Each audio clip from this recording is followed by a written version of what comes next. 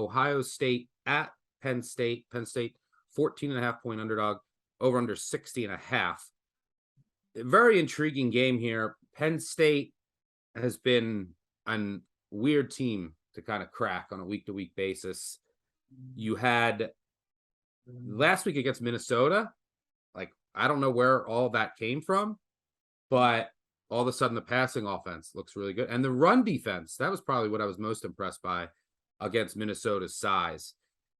So can Sean Clifford have another good game here, or will he turn into a pumpkin? I don't know. That's one of the big handicaps here, because contrary to popular belief, Penn State can't run the ball. You know, people are like, yeah, we're supposed to have a balanced offense. They have more talent at running back, but it's just not working. They're outside the top 100 in rush success rate, EPA per rush.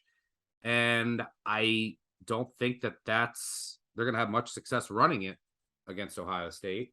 So I'll be curious to see how Penn State plays this. I think their best chance is to come out tempo and then hope you get the good Clifford and throw the ball. The more interesting handicaps on the other side of the ball. And by the way, no matter what you look at with Ohio State, they're number one in every metric because they played nobody. So it's hard to really break down. I mean, even against Iowa last week, a really good defense, they only had 350 yards. It's not like their offense was cooking despite 54 points. They ran the ball 30 times for 66 yards, which I found interesting against Iowa. And Iowa has a really good defense, but Iowa had 6 turnovers, went 1 of 4 on 4th down, and 1 of 13 on 3rd down. Like, that's just their complete ineptitude. They just gave the game away to Ohio State. So, Jackson Smith at Najigba still banged up. Are we sure this Ohio State team is, ready to come out and start cooking right away? Because and the defense too. They dominated Michigan State. Michigan State was all beat up, and we'll talk about them later. But remember the Notre Dame game? It was so it's really hard to figure out who Ohio State is right now. I mean, I have them as the top-rated team in the country, but I show value on Penn State here. I make the line 13, so I should take over 2 touchdowns here. I also think that the Ohio State defense, could be in for maybe a little early shock. Yeah, they haven't faced a top 50 offense this year. And if you get good Sean Clifford out here in front of the awesome home crowd, I could see Penn State making this game early. Now, the Michigan game scares me. You have the Michigan game, you have an Auburn game, you look good. You have the Minnesota game, they look good. You have a couple bad opponents where they look bad. And the Michigan just destroyed them. But I'm kind of intrigued by Penn State plus 7.5 first half. I think that they can come out, maybe Ohio State takes some time to adjust. This is Penn State Super Bowl, because I think that with the 14.5, I think Penn State has to stay close here early or this gets ugly. But this is not the easiest handicap, but I think it's Penn State or nothing here. I'm very close to playing the Nittany Lions. What do you see here? I just played it. I was throwing money across the counter there as you were going there, because we're on the same page. You and I are on the same wavelength, and there's just not a big edge from a power rating and a total perspective. It's 14.5, 64 for me.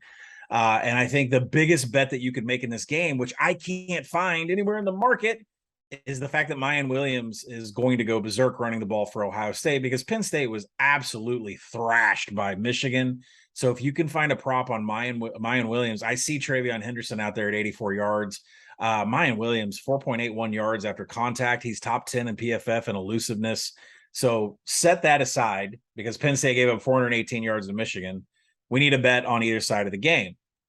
You're right. There are things.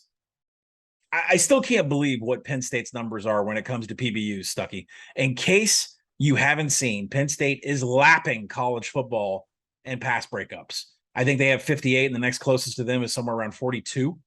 I should have mentioned that, by the way, because Ohio State wants to throw the ball. They want to run.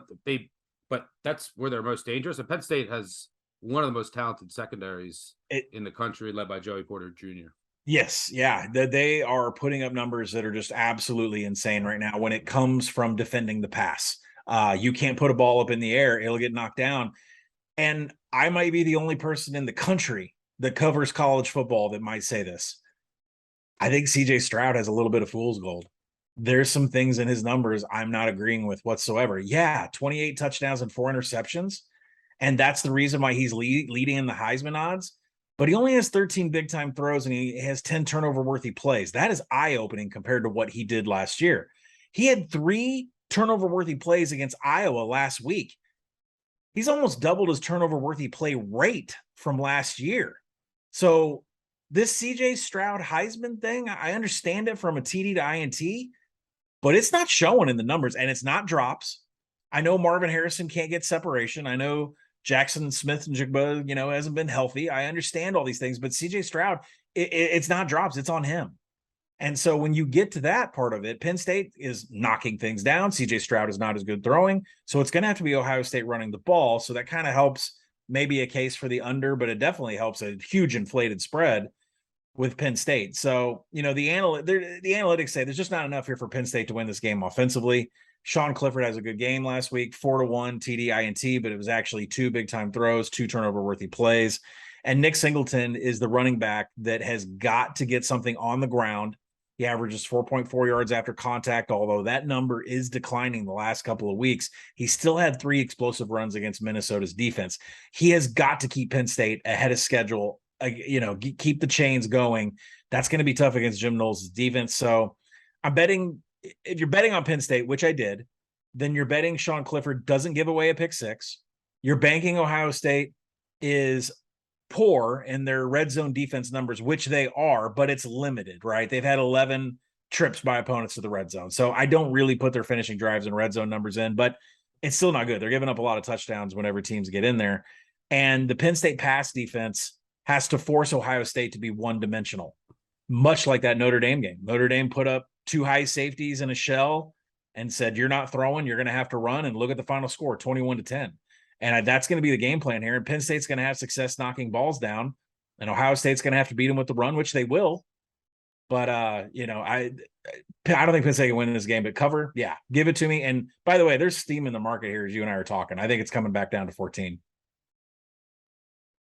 Yeah, that's another case for my first half play is like, because we both agree that Ohio State should have success running the ball. Mhm. And if Ohio State builds a lead, then, and then they can tee off on Clifford on pass, like knowing he's going to throw it. And then they can just go to the ground and, like Michigan did, be able to extend that way. So I think that Penn State has to stay close early. And there might be the noon kick. Penn State hasn't really faced anybody. I mean, Ohio State hasn't faced anybody. So there might be a little shock to the system facing a real offense early, a real defense. They got to face Iowa last week, but I could see Penn State starting fast here. And I think that's what they have to do in order to have a chance. Look, James Franklin has played Michigan close historically. I don't really know what that means, but if you take any credence in that he has, they usually lose by 1 or 2. There's been a couple times where they at home they would be really close and then just couldn't pull it out. But well, yeah, I think he said that in his presser this week. He said that this week. The reason Franklin said that we have to show things that we've never shown, but we have to do things and execute things that we've never put on film. So to this point, and the reason why this Penn State team usually covers, there's some offensive plays in there that have been kept in the bag. And so we have all the faith in the world in Mike Yurcich. So we just need Sean Clifford not to bottom out here for one game, please.